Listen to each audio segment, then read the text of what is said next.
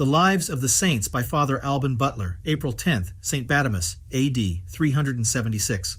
Bademus was a rich and noble citizen of Bethlepeda in Persia, who, desiring to devote himself to the service of God, out of his estates founded a monastery near that city, which he governed with great sanctity. The purity of his soul had never been sullied by any crime, and the sweet odor of his sanctity diffused a love of virtue in the hearts of those that approached him. He watched whole nights in prayer, and passed sometimes several days together without eating. Bread and water were his usual fare. He conducted his religious in the paths of perfection with sweetness, prudence, and charity. In this amiable retreat he enjoyed a calmness and happiness which the great men of the world would view with envy, did they compare with it the unquiet scenes of vice and vanity in which they live. But to crown his virtue, God permitted him, with 7 of his monks, to be apprehended by the pursuivants of King Sapor in the 36th year of his persecution. He lay 4 months in a dungeon, loaded with chains, during which lingering martyrdom he was every day called out to receive a certain number of stripes, but he triumphed over his torments by the patience and joy with which he suffered them for Christ.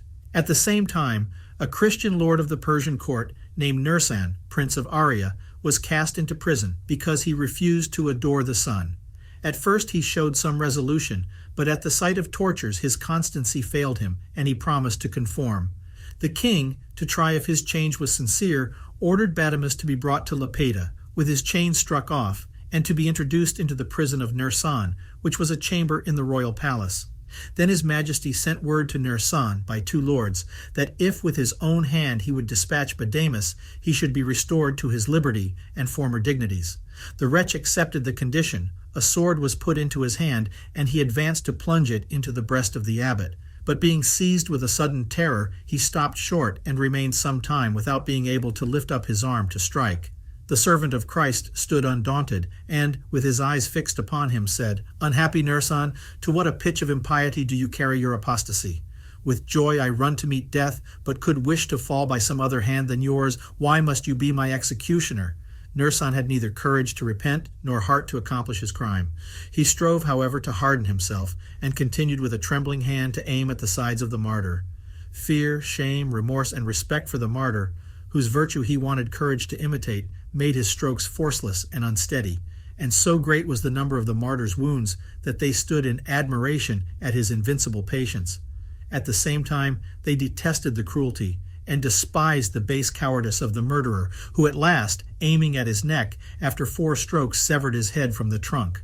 Neither did he escape the divine vengeance. For a short time after, falling into public disgrace, he perished by the sword after tortures and under the maledictions of the people.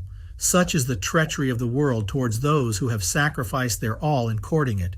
Though again and again deceived by it, they still listen to its false promises and continue to serve this hard master till their fall becomes irretrievable. The body of St. Bademus was reproachfully cast out of the city by the infidels, but was secretly carried away and interred by the Christians. His disciples were released from their chains 4 years afterwards, upon the death of King Sapor. St. Bademus suffered on the 10th of the moon of April, in the year 376 of King Sapor, the 67th. Monks were called mourners by the Syrians and Persians, because by their state they devoted themselves in a particular manner to the most perfect exercises of compunction and penance, which indeed are an indispensable duty of every Christian. The name of angels was often given them over all the East during several ages, one because by making heavenly contemplation and the singing of the divine praises their great and glorious employment, if they duly acquit themselves of it, they may justly be called the seraphim of the earth. The soul which loves God is made a heaven which he inhabits, and in which she converses with him in the midst of her own substance. Though he is infinite, and the highest heavenly spirits tremble before him, and how poor and base soever we are, he invites us to converse with him, and declares that it is his delight to be with us. Shall not we look upon it as our greatest happiness and comfort to be with him, and to enjoy the unspeakable sweetness of his presence? Oh, what ravishing delights does a soul taste which is accustomed by a familiar habit to converse in the heaven of her own interior with the 3 persons of the adorable Trinity. Dissipated worldlings wonder how holy solitaries can pass their whole time buried in the most profound solitude and silence of creatures. But those who have had any experience of this happiness are surprised with far greater reason how it is possible that any souls which are created to converse eternally with God should here live in constant dissipation, seldom entertaining a devout thought of him, whose charms and sweet conversation eternally ravishes all the blessed.